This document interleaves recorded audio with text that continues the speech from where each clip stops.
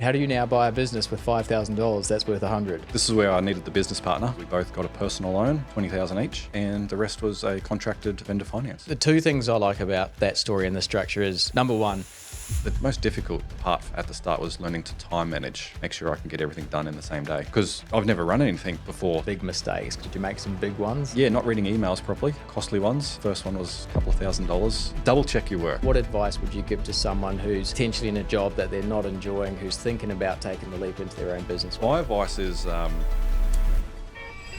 to get fired up. Yeah, I'm getting fired up.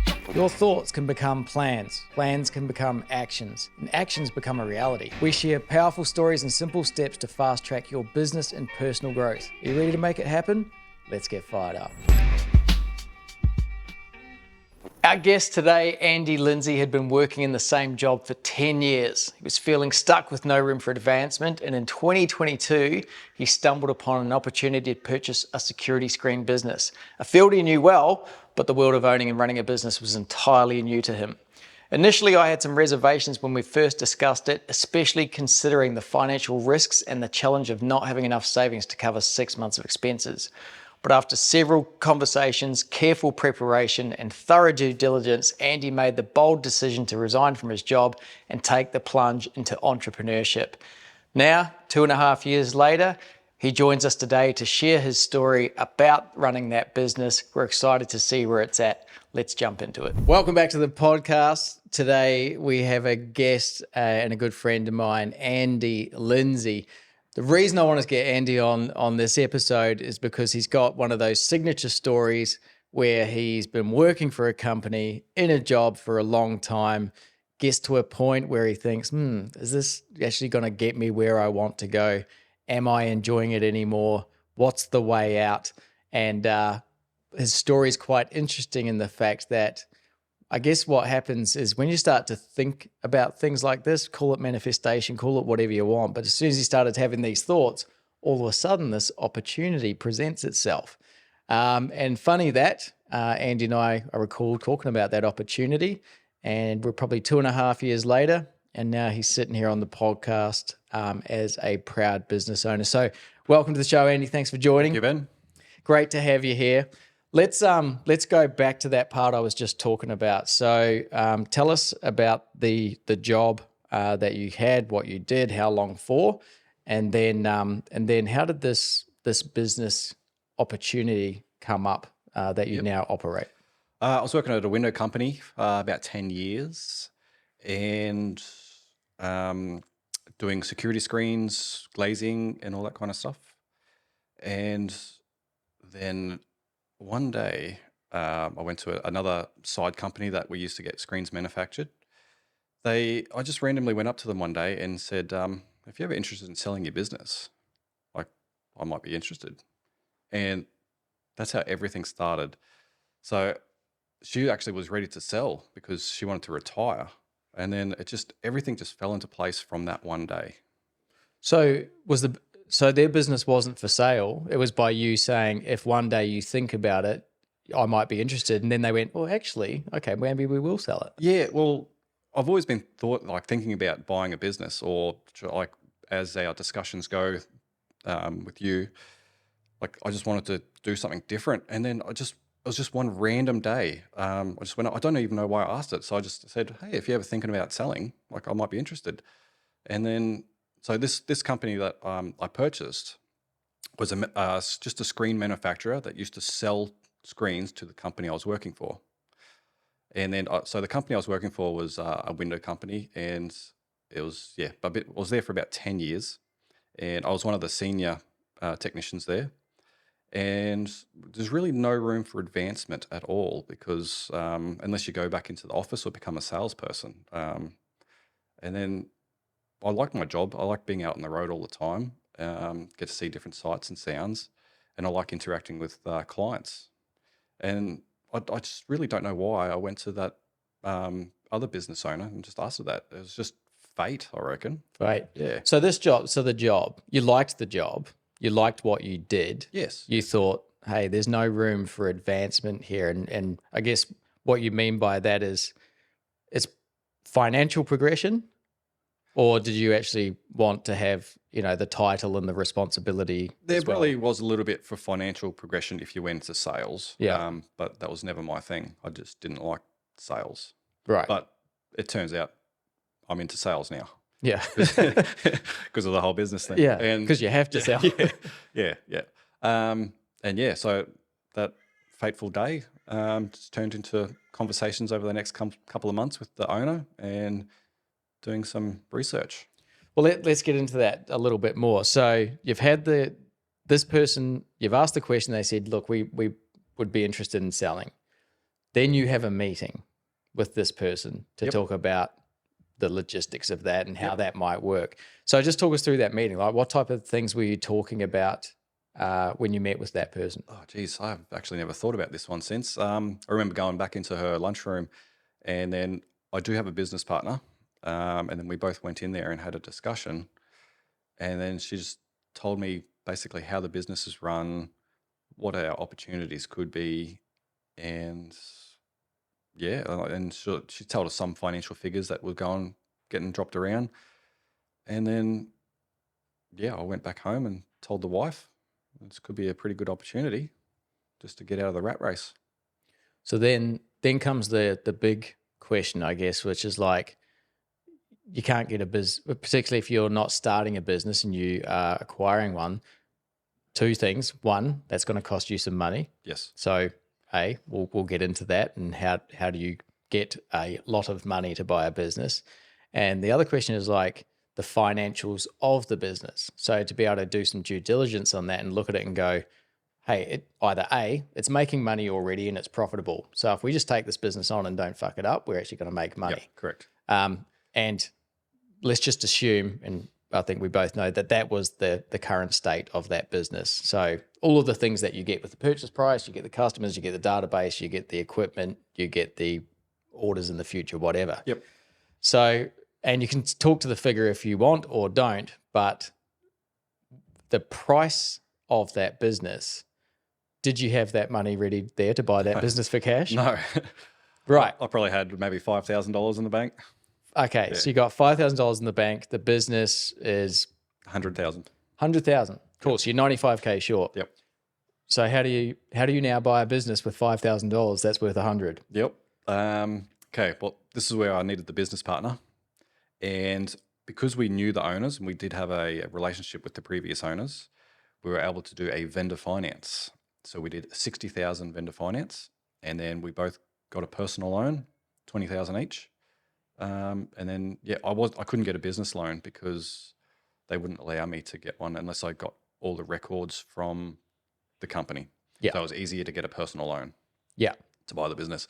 So then, we just forked over 20 grand each, and the rest was a contracted vendor finance. So the two things I like about that story and the structure is number one, if you are looking to buy a business, it's quite often that vendor finance will be an option. The last person we had on the show here, same structure. So always ask about vendor finance. And essentially what that means is that the person who owns the business is going to let you pay them back over a period of time at an interest rate. Yeah, she's making that little bit extra because we put a 4 or 5% interest on it. So Yeah. she's making a couple of $1,000s extra. Well, and better than she's getting in the bank. Yeah. Right. And it's probably a deal that was structured in a benefit for her. Like when you structure these deals, you can always find a win-win. That's the best result. The other thing I like about that is you've put yourself on the line. Like both of you guys, you go and get a 20K loan, you put it in, you're taking a huge amount of risk. If this doesn't work, we're just going to be paying off that personal loan for nothing. So the reason I like that is because now you are committed, and also you've structured a deal that works for you. Yep. Hey guys, I hope you're enjoying this episode. Just quickly, if you're ready to ditch that 9-to-5 or grow your sideline hustle and live a life on your terms, then click the link below to join our free Fired Up Facebook group. We'll also be providing their tips, tricks, tools, techniques. Would love you to click that and join on it. Back to the episode. Now you've got the business, deal has been done. Tell me about resigning from your job, because even the people talking to you this morning on the show, for anyone, I was there as well. It's scary when you leave a job. Yes. Yep.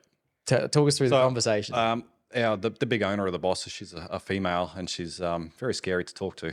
Right. And I put in my notice to the HR department, and then I ended up going to have a chat with the big boss. Said, hey, I've put my notice in. I'm purchasing the screen company. And then she pretty much flat out says, if you come after my business, I'm coming after you. I was like, oh, okay. Yeah. So I took a step back and, all right, I won't do that. And have a good time. I'm out of here. Yeah. Yeah. So then, okay, so they've resigned, bought the business, got the job. Took first couple of weeks in the new business, you've gone from employee to business owner. Yep. What was that transition like? Because you've never done it before, and doing anything you've never done before is hard. Because I knew the previous owner of the business I purchased, which is Factory Fit Screens, I was able to sit down with the previous owner before I actually resigned, and I could start learning stuff, which that did help quite a lot. Yeah. Another key factor that did help me with the decision was I was at that company for 10 years and I was entitled to long service leave. So that did help with the financials. Yeah. Yeah. In what way? It just in terms of like your personal life, that the long service would service the bills, the mortgage and stuff? Yes, correct. Yeah. So it gave you a bit of a comfort zone. Yeah, it did give me whilst you got things underway. Yep. Cool. All right. So now you're the business owner, like, and you're kind of scheduling your own day. You're having to book your own jobs. You're having to manage invoices, and so all this whole new space. Because back in the work world, you're like, get the van, get the screens, go do the job. Yes. Everyone else organizes it for you. You just put it in. So I did have to learn everything on the fly, basically. From scheduling, quoting, invoicing, customer relations, chasing up clients that aren't paying, everything all at once. Yeah. But I didn't find it that hard, like just because I already knew the industry and I already knew the product. It's easy. Sending a quote is a couple of words on a piece of paper, really. Yeah. It's just keeping that client relationship. I found easy as well because I can talk to clients pretty easy. Yeah. So the most difficult part for me was at the start was learning to time manage, to make sure I can get everything done in the same day. Explain that. Like, because I've never run anything before, so I didn't know what I should prioritize. yeah. What should be done first, then scheduling, then going out on the road and doing the installs myself and as well as my business partner. So what have you learned now then when it comes to that? Like, how did you prioritize your schedule now? It's actually still pretty similar. I get up 6 o'clock every morning, get on the computer, check the emails, and then it is hard to schedule because sometimes clients don't reply straight away. So you just have to wait for them to reply. And so you've got to try and do other tasks in filling the time between waiting and so that task is a little bit difficult. Yeah. And early on, you must have made some big mistakes, because that's usually how we learn when we start things or go into a new area. Did you make some big ones? And not reading emails properly, costly ones. My first one was a couple of $1,000s. I ordered the screens the wrong size, so it cost me a couple of $1,000, and then I didn't read the email right again, and I remade them wrong again. Okay. Yep. So just because I wasn't communicating properly with the client. So yeah. Yeah. So, and what have you learned from that, apart from like take your time with your emails and read it and check it? Yeah. Double check your work. Yeah. Now every time I do a measure, and just before I order it, I'll go back through that whole measure and check everything off again. Because sometimes I do the whole 100 mil trick, and you can make your screens 100 mil too small, and then you got to go back and get them remade. And I've done that a few times as well.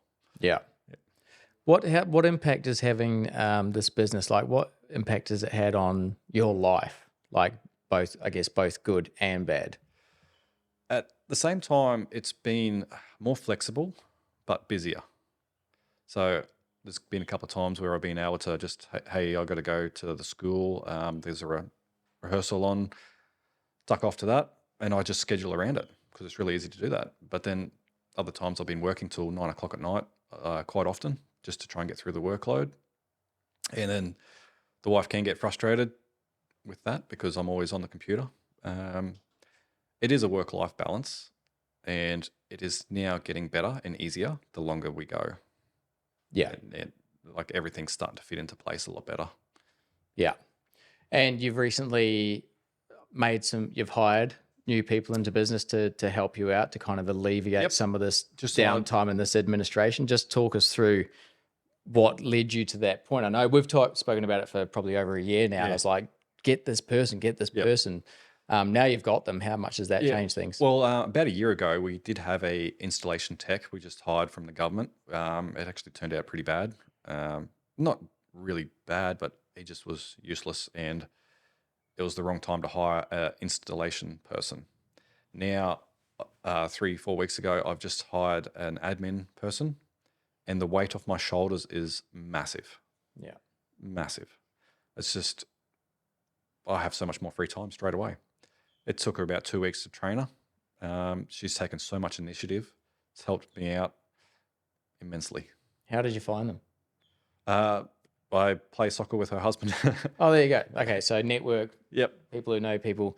Look, that's awesome. And the thing is, like, it's obviously not giving you back free time, but it's giving you back time that is better spent doing other things within the business. And now, because I've always been so busy, now I've got to work out, instead of twiddling my thumbs, now I can take action and look at growing the business a bit more. Yeah.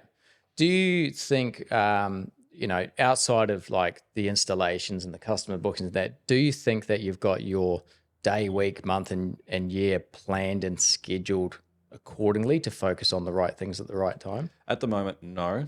That's where one area I am slack at is organising the future. So now that I've got this more free time, I'll be able to get more structure into place, because I was just all over the shop trying to schedule, just working long hours and just making things sure they would run smoothly. Now I've got the free time, now I can work on that. Yeah. And are you going to get some help in doing that, or are you going to wing it and just do it as you had done previously? Well, that's where Fired Up comes in. Yeah. But I mean, it's a serious question, right? Because it's like, I think, everybody in everything needs help and support when they're going to try and get better at doing something.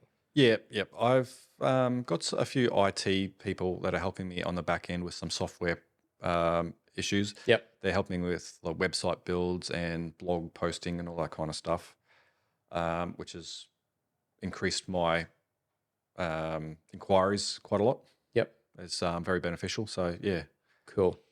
Mate, just to wrap up, if, based on your journey, the leaving the job, and now you're 2.5 years in, and I know that you haven't looked back and you won't look back, but what advice would you give to someone who's potentially in a job that they're not enjoying, who's thinking about taking the leap into their own business? What's the Andy takeaway? My advice is it's actually a lot easier than I thought it was going to be.